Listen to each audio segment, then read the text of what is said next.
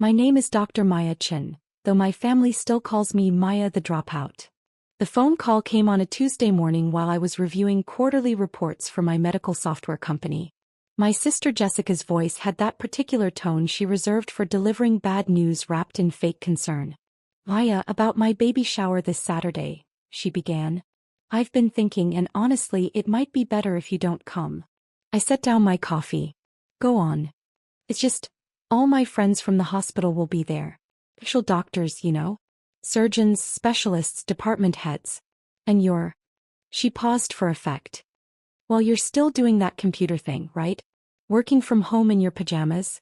I just think the conversation would be awkward for you. You wouldn't have anything to contribute." I looked at the 3 monitors on my desk displaying real-time analytics from 847 hospitals across North America using my surgical scheduling AI. "I understand. You're not upset, are you?" Jessica's voice brightened. "I knew you'd get it. Mom was worried you'd make a scene, but I told her you'd be mature about this." "Mom knows about this decision?" "Of course." She agreed completely. Actually, she said it was probably for the best. You know how you get around successful people? All quiet and uncomfortable. "We're just trying to spare you the embarrassment." I pulled up the guest list my assistant had compiled. Jessica had invited 47 people, including Dr. Richard Morrison, CEO of St. Catherine's Medical Center, the flagship hospital in our city's health system and the largest client of my company, MediFlow Solutions. "I appreciate you thinking of my feelings," I said carefully. "That's what sisters do.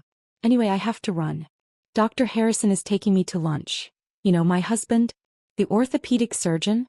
He's presenting at a conference in Dubai next month. But of course you wouldn't know about that kind of thing." She hung up before I could respond. I sat there for a moment, then called my assistant. "Sarah, about the Healthcare Innovation Gala next Friday. Confirm my attendance. And send flowers to Jessica's baby shower. Something tasteful. Include a card. Wishing you all the best. Maya." Growing up, Jessica was the golden child.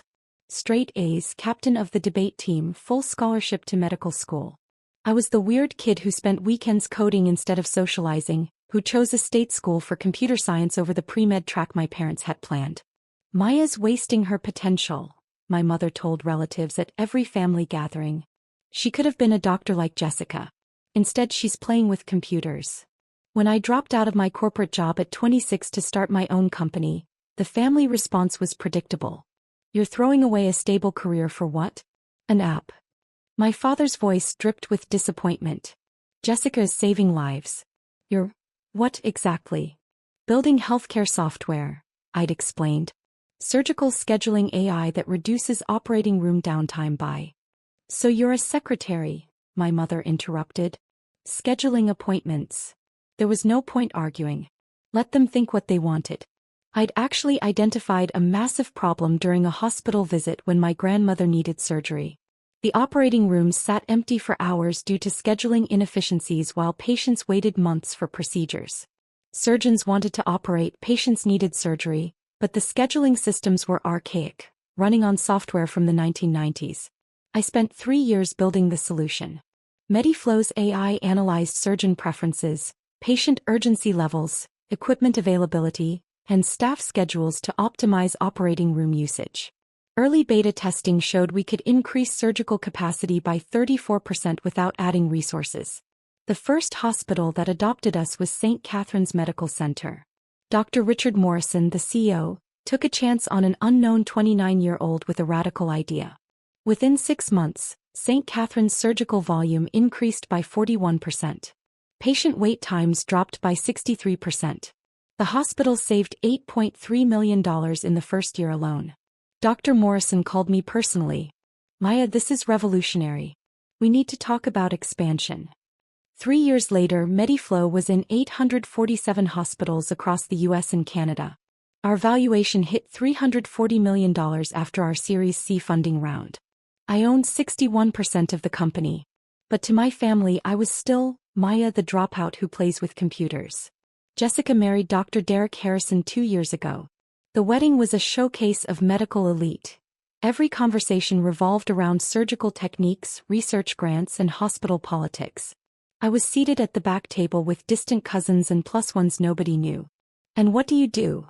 one of Derek's colleagues asked me during dinner. Before I could answer, Jessica leaned over. "Maya does computer stuff. Nothing medical."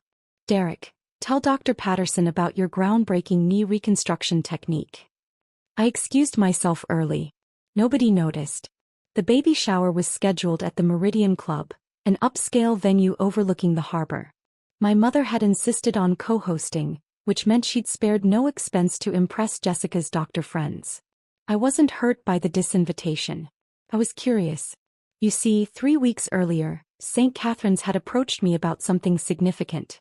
They wanted to host the annual Healthcare Innovation Summit, a prestigious conference that drew medical leaders from around the world. The keynote speaker was always someone who'd transformed healthcare delivery. Dr. Morrison had asked me to keynote. "Your work has changed how we think about surgical capacity," he'd said during our video call. "Hospitals nationwide are seeing results they never thought possible. The industry needs to hear from you directly." I'd accepted. The summit was this Friday, 2 days before Jessica's shower. Sarah had also mentioned something interesting.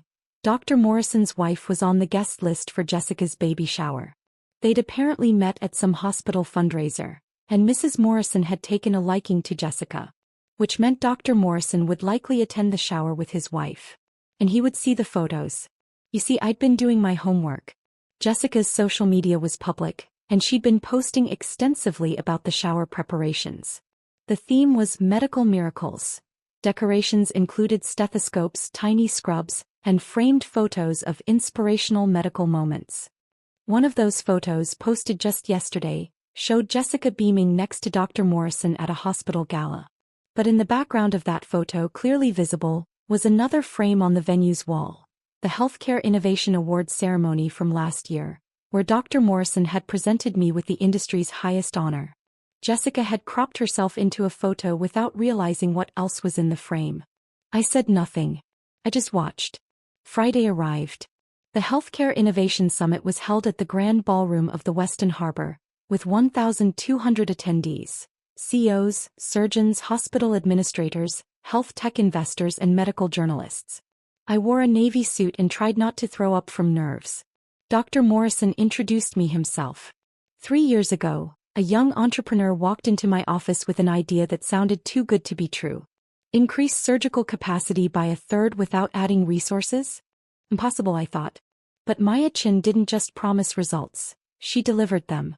Today, MediFlow Solutions operates in 847 hospitals, has facilitated over 340,000 additional surgeries, and has fundamentally changed how we think about healthcare resource optimization. Ladies and gentlemen, please welcome the founder and CEO of MediFlow Solutions, Dr. Chen. The applause was thunderous. I hadn't told my family I'd completed my doctorate. I'd finished my PhD in computer science and healthcare informatics 2 years ago, doing the coursework at night while running my company. The graduation ceremony conflicted with Jessica's engagement party, so I'd skipped it. Nobody asked why I wasn't there anyway. My keynote went well. I spoke about the intersection of technology and compassion, about how every minute of operating room downtime represented a patient still waiting, still suffering. I shared data.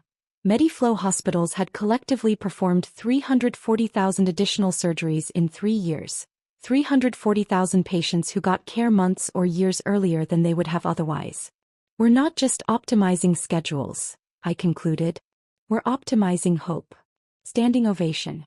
3 venture capital firms requested meetings. Forbes wanted an interview. Dr. Morrison shook my hand with genuine warmth. You've made healthcare history today, Maya.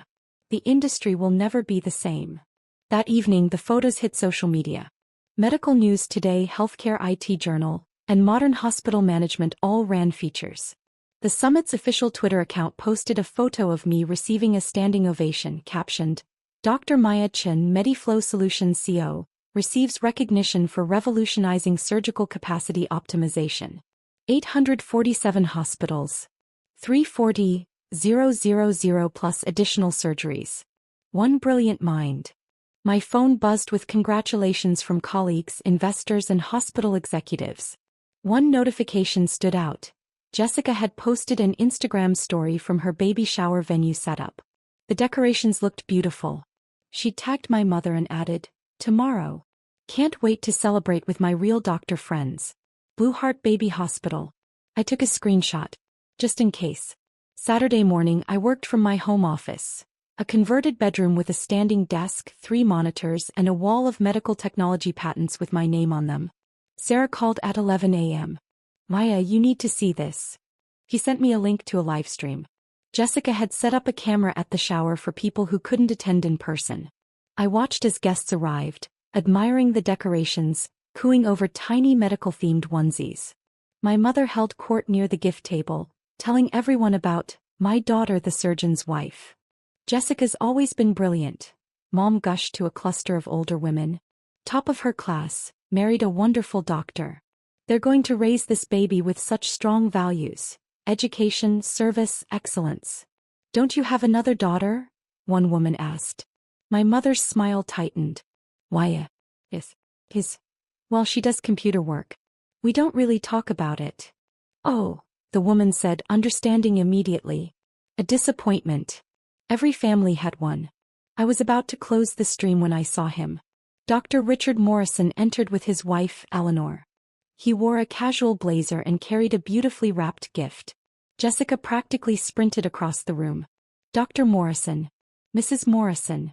I'm so honored you could come. She air-kissed Eleanor's cheeks. Please come see the decorations. We've got a whole medical theme. She led them on a tour, pointing out details. And here's our photo wall. Inspirational medical moments. She gestured proudly at the display. Dr. Morrison stopped.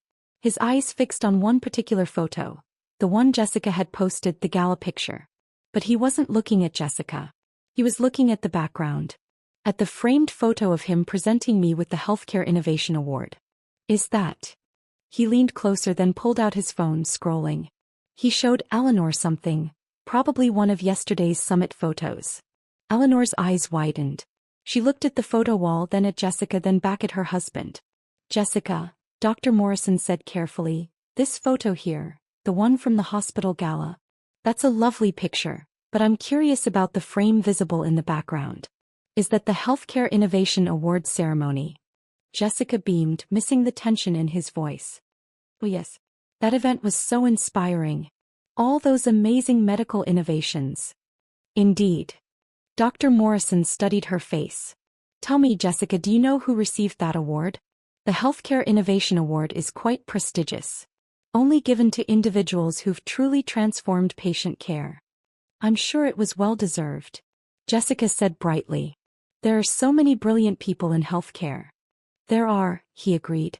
Your sister, for instance. The room went quiet. Jessica's smile froze.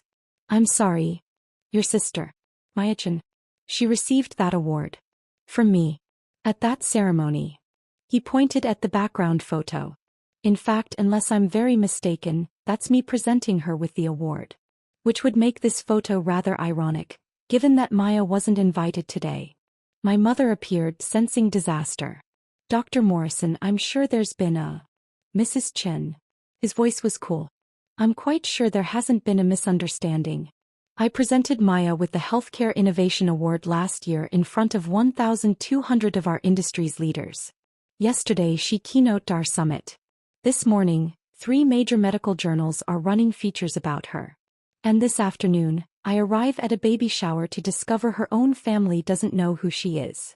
Jessica's face had gone white. Maya? My sister Maya? But she just does computer stuff. She works from home. She's not. Not what? Eleanor Morrison's voice was ice. Not important. Not successful. Not worthy of acknowledgement. She dropped out of a real job. Jessica's voice rose. She plays with apps. She's not a real. She's a real doctor, Dr. Morrison interrupted. PhD in computer science and healthcare informatics. She's the founder and CEO of MediFlow Solutions, which operates in 847 hospitals including mine. Her AI has enabled 340,000 additional surgeries. Her company is valued at $340 million. And yesterday she received a standing ovation from every major healthcare leader in North America. The room was dead silent. My mother swayed slightly. That's not possible. Maya doesn't.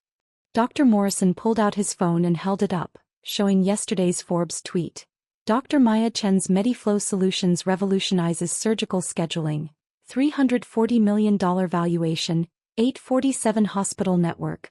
PhD innovator receives standing ovation at healthcare summit. The photo showed me on stage, confident and smiling. This Maya? He asked quietly. The one who wasn't invited because she'd embarrass the doctors. Jessica grabbed the phone, staring at the photo. No, there's been a mistake. Maya doesn't have a doctorate. Maya doesn't run a company. Maya is just what? Eleanor asked softly. Jessica's hands shook. She's supposed to be the failure. I'm the successful one. I'm the doctor. I'm the one who... You're a third-year resident, Dr. Morrison said. A fine resident from what I hear, but a resident nonetheless. Your sister is transforming healthcare on a global scale. She's saving thousands of lives by making surgery accessible to patients who would otherwise wait years. And you disinvited her from your baby shower because you were embarrassed by her. I didn't know. Jessica's voice cracked. Nobody told me. How was I supposed to? Did you ask? Eleanor's question hung in the air. Did you ever once ask your sister about her work?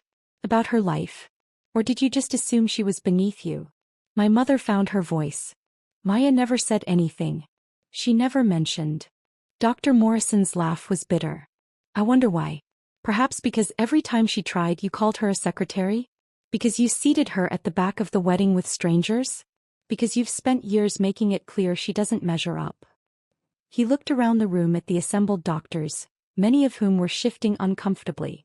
How many of you use MediFlow at your hospitals? He asked. Slowly hands went up. 7, 8, 12 people. How many of you have seen your surgical volumes increase? Your patient wait times decrease? Your or efficiency skyrocket? More hands. Then you've all benefited from Maya Chen's work. And yet she's not here because her family decided she'd be an embarrassment.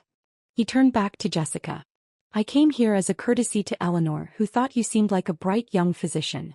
But I'm leaving now because I don't associate with people who treat brilliance with contempt simply because they don't understand it. Dr. Morrison, please. Jessica reached for him. He stepped back. Save it. I've seen enough. As he and Eleanor walked toward the door, he paused. By the way, Jessica, your hospital, St. Catherine's, where you're doing your residency. Maya's software runs your entire surgical department. Every surgery you've assisted on for the past 2 years was scheduled by her AI. You've been working in her system, benefiting from her innovation, and you didn't even know it. He left. The room erupted. Guests clustered around phones, searching Maya Chen MediFlow. Gasps and whispers filled the air as search results appeared. Forbes profiles, TechCrunch articles, Medical News Today features, photos of me at conferences, at hospital ribbon cuttings, accepting awards. My mother grabbed Jessica's phone and stared at the Forbes article. Her face went gray as she scrolled through paragraphs about my company's growth, my doctorate, my keynote speeches. $340 million, she whispered. Maya owns a company worth $340 million. Jessica was crying now. She never told us. She never said. Because we never listened. My mother's voice was sharp. Every time she tried to talk about her work, we changed the subject or made jokes about her being a secretary. We didn't care. We didn't want to know. Derek, Jessica's husband, stood frozen by the gift table, his phone in his hand. Maya scheduled my last 3 surgeries at St. Catherine's. I've been using her software for 2 years. I've been telling people how revolutionary the new system is. I just never knew it was hers. Why would you? One of the guests said quietly. None of us knew. Her own family didn't know. My phone started ringing. First Jessica, then my mother, then Derek. I let them all go to voicemail. Sarah called instead. Maya, it's happening. Social media is blowing up. Someone at the shower filmed Dr. Morrison's confrontation and posted it. It's gone viral. Over 2 million views in an hour. #MayaChen is trending. Of course it is, I said tiredly. What do you want me to do?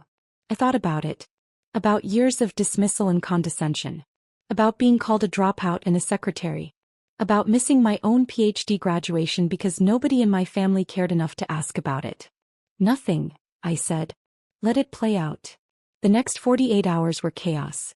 The shower video spread everywhere. Medical professionals across the country shared it with comments ranging from, "This is why we need to celebrate all kinds of healthcare innovation," to, "Imagine being so insecure you can't recognize genius in your own family." Forbes ran a follow-up. "The sister they left behind. How family dismissal fueled a $340 million healthcare revolution." The Atlantic published an essay, "Maya Chen and the Cost of Conditional Love. When Families Only Value Certain Kinds of Success." My phone wouldn't stop ringing. I ignored everyone except business contacts and friends. On Monday, my mother appeared at my office.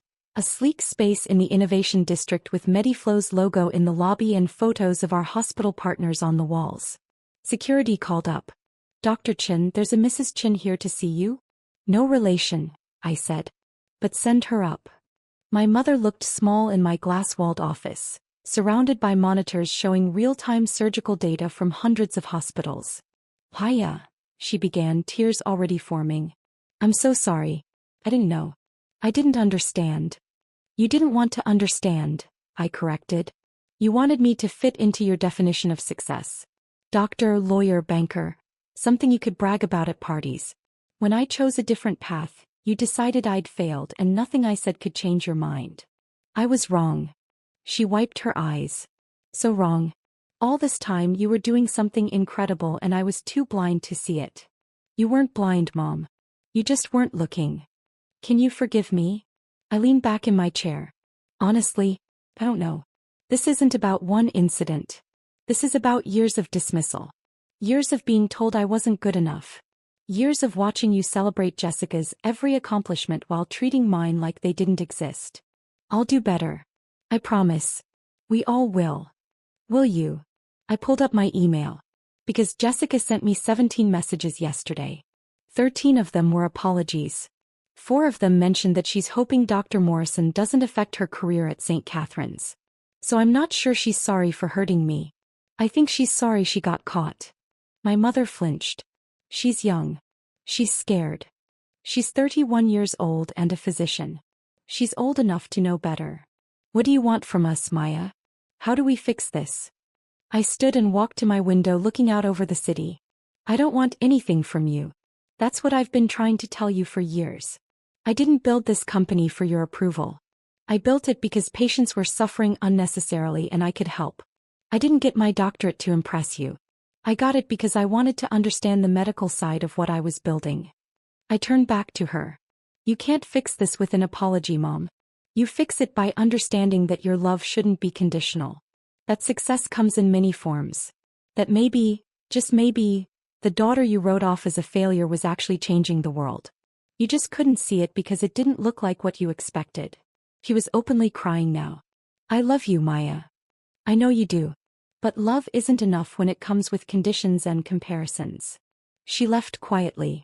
Jessica appeared Wednesday morning looking exhausted.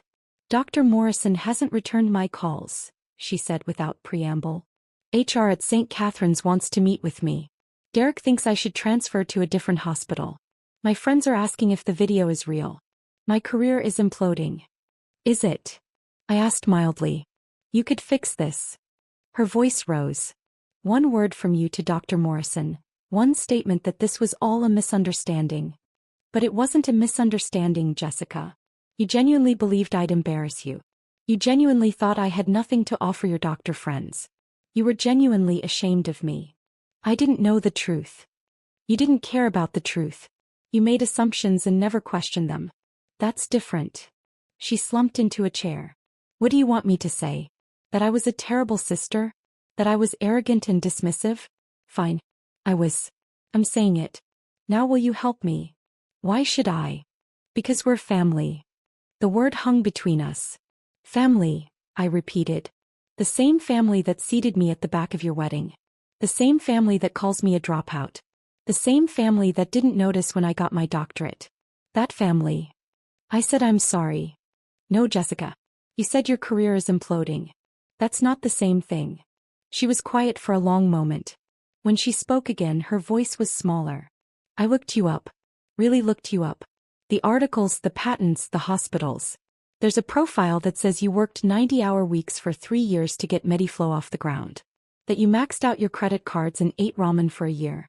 That you almost gave up a dozen times but kept going because you believed in what you were building. She looked up at me with red eyes. I never knew. I never asked. I assumed you were wasting your time and I never bothered to find out if I was wrong. That's on me.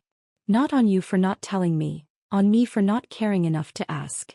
It was the most honest thing she'd ever said to me. I can't fix your relationship with Dr. Morrison, I said quietly. That's yours to repair or not. But I can tell you this. The problem isn't that he knows the truth.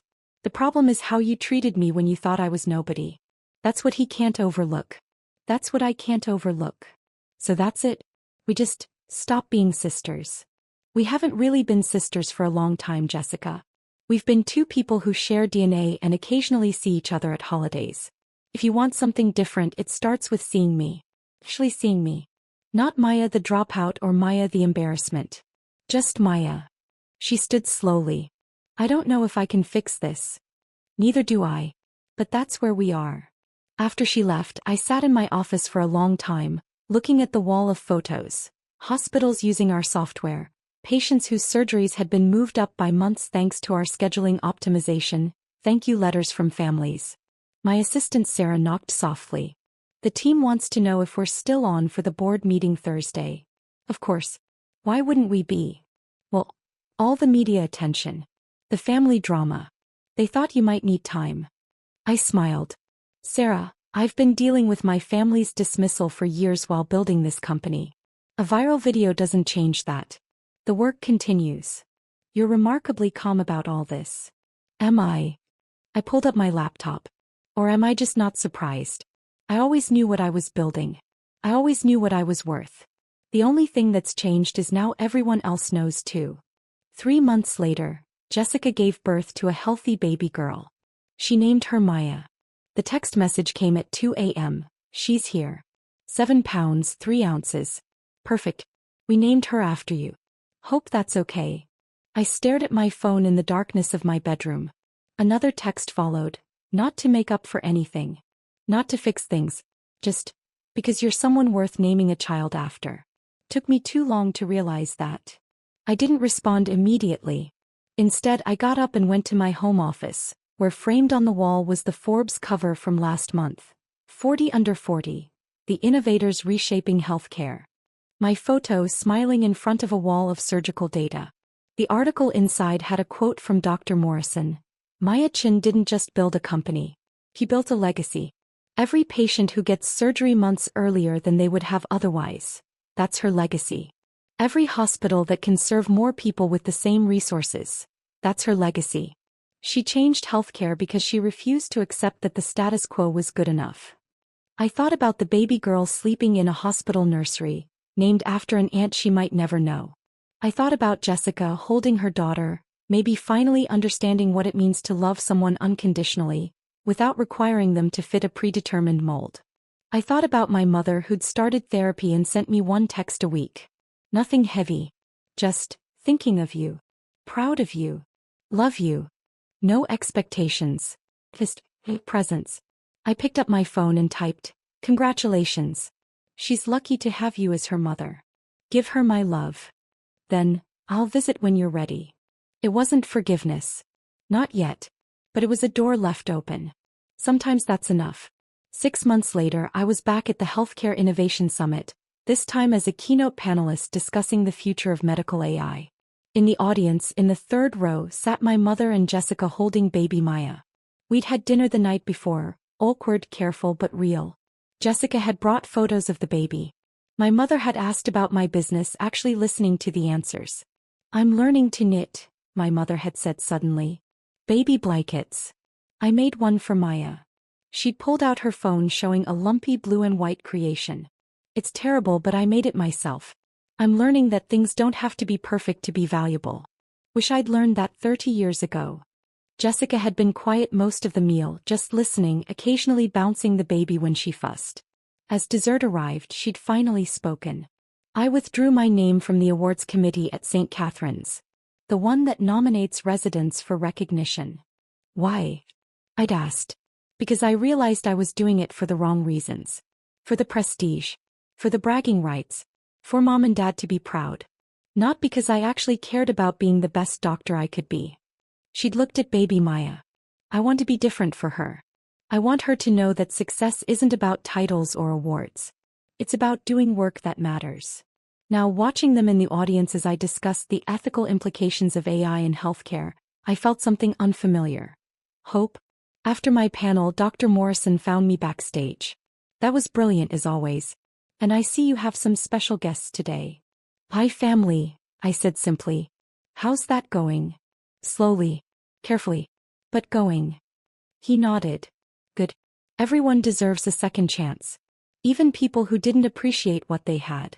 Even Jessica? She's still a resident at St. Catherine's. Even Jessica. She's actually become one of our more thoughtful residents. Spends extra time with patients, questions established protocols respectfully, advocates for efficiency improvements. It's like she finally understood that being a good doctor isn't about status. It's about service. He paused. Though I'll admit I was hard on her at first. That shower incident. It revealed something ugly about how we sometimes treat people we think are beneath us. I'm glad she's learned from it. Later, Jessica approached me in the lobby, baby Maya asleep in her arms. That was incredible, Maya. I understood maybe 60% of it, but what I got was amazing. You'll understand more as you keep learning. Medicine and technology are converging. She shifted the baby slightly. Would you like to hold her? I looked at the sleeping infant, her tiny face peaceful and unaware of the complicated family dynamics swirling around her. Yes, I said. Jessica carefully transferred her daughter into my arms. Baby Maya stirred but didn't wake, just made a soft sighing sound. She looks like you, I said. She has your eyebrows. Jessica countered. Those determined eyebrows that say, I'm going to change the world whether you like it or not. We both laughed softly. My mother appeared, camera ready. Can I get a photo? My daughters and my granddaughter. We posed, awkward, uncertain but together. As the camera clicked, baby Maya opened her eyes and looked directly at me with that unfocused infant gaze that somehow seems wise. Hey there, little one, I whispered. You've got a big name to live up to. But here's a secret. You don't have to be what anyone expects. You just have to be yourself. The world will catch up eventually. Jessica wiped her eyes. That's what I want her to know. That's what I should have known about you. You know it now. That's what matters. Is it enough? I looked at my sister. Flawed human trying. It's a start. That evening I returned to my office and found an email from the board. Mediflow had just secured contracts with 150 additional hospitals. Our AI was being adopted in Europe. Projections showed we'd hit 1,500 hospitals by next year. But what caught my eye was a different email from a hospital in rural Montana. Dear Dr. Chen, because of your software we performed 12 additional surgeries this month. One of them was my mother. She'd been waiting 14 months for her hip replacement. She walked into church last Sunday, her first time in over a year. Thank you for giving me my mom back. I read it 3 times. This was why I built Mediflow. Not for the valuation or the awards or even to prove my family wrong. For the mother walking into church. For the patient who didn't have to wait 14 months. For the surgeon who could finally operate on everyone who needed help. My phone buzzed. Jessica had sent a photo, baby Maya in a onesie that read Future Innovator. The caption, she's going to change the world. Just like her aunt. I smiled and saved the photo. Then I returned to work. There were 1,500 hospitals to reach, millions of patients to help. And a world that still didn't fully understand the intersection of technology and healing. But they would. They always did. Eventually everyone sees the truth. You just have to be patient enough to wait for them to catch up. And strong enough to keep building while they do. I'd been building for years while my family looked the other way. Now they were finally watching. And I was just getting started.